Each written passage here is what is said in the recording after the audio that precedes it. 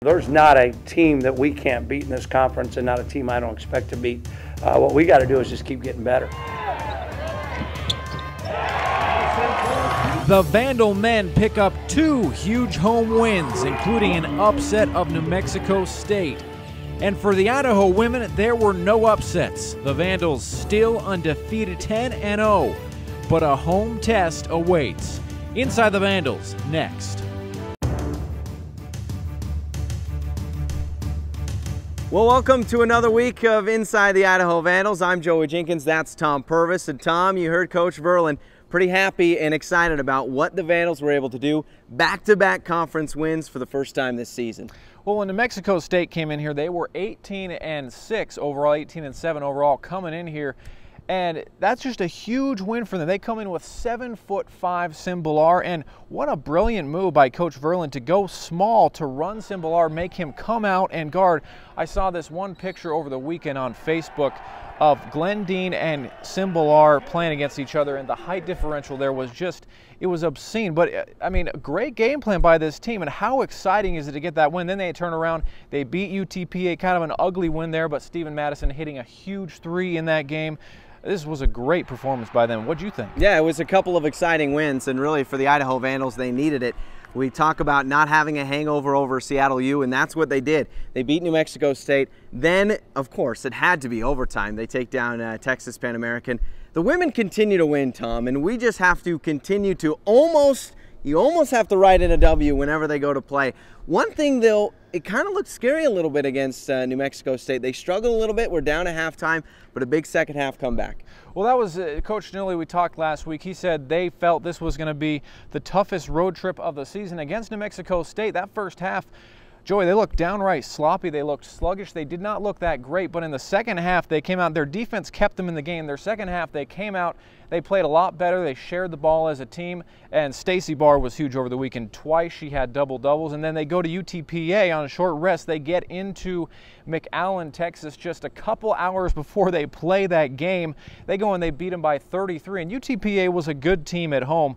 But the Vandals, it was basically over by the first media timeout of the second half. So this team, once again, and New Mexico State, you're right, it was a little tough in that game, didn't look great, but they came out and played way better against UTPA and put them away. It was a perfect weekend, 4-0 for both the Vandal men and the Vandal women. I spoke with Coach Don Verlin about the back-to-back victories, and I can tell you, he was one happy coach.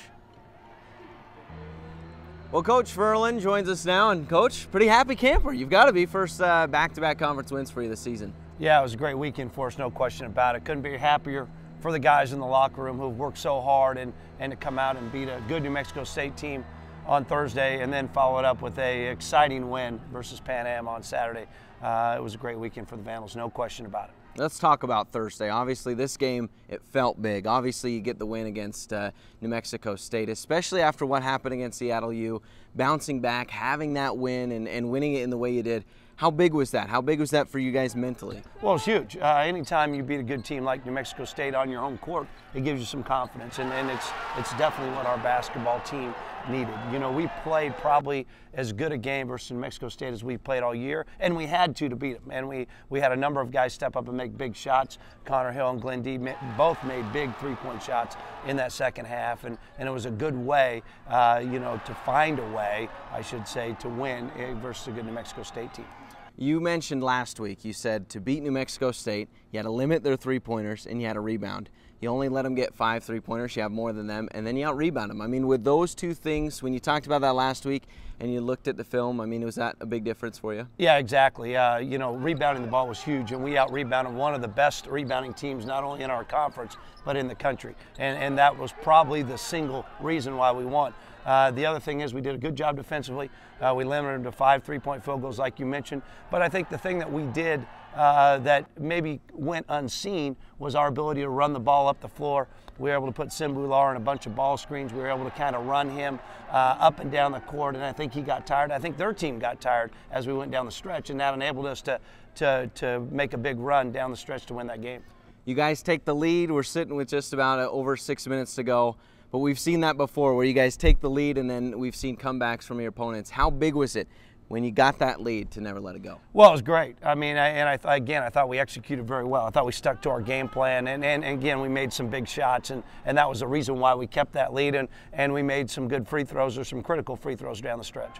As you look at what this game does for you, you mentioned after the game, you says, you know, honestly, you feel like you can beat any other team in the conference. Taking down a New Mexico State team, a team that you said was probably the best team in conference, what does that do confidence-wise? Well, I think it does a lot for us confidence-wise, because it tells us that we can play with anybody in the conference, and New Mexico State is the best team in the conference, even though right now they're not at the top of the conference. Utah Valley is, but I think as a group that gives us a lot of confidence. Is that something your players believe, that no matter who's on the schedule for the rest of the conference, you guys can beat them? Well, I hope so.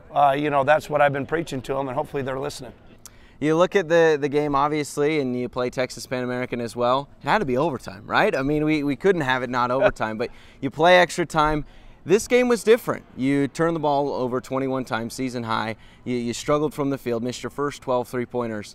But when it comes down to it, you make those shots, you force overtime, and then you win. Yeah, I made some big plays down the stretch, none bigger than Glendine shoveling it off to Stephen Madison for a three-point basket there with 10 seconds to go. You know, it was good to win a game that we didn't play very well offensively. As watching the tape, we executed pretty well. We just didn't make our shots, and that really was a tribute to our team sticking together and fighting and finding a way to win again when we didn't have our best offensive night.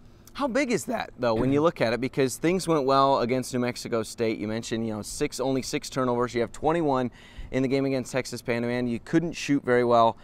Does it almost help your team learn more when you struggle offensively and you're still able to win? Well, I hope so, because that's what they're going to get today in the film room. I mean, we're going to take Pan Am game and learn from it and teach from it.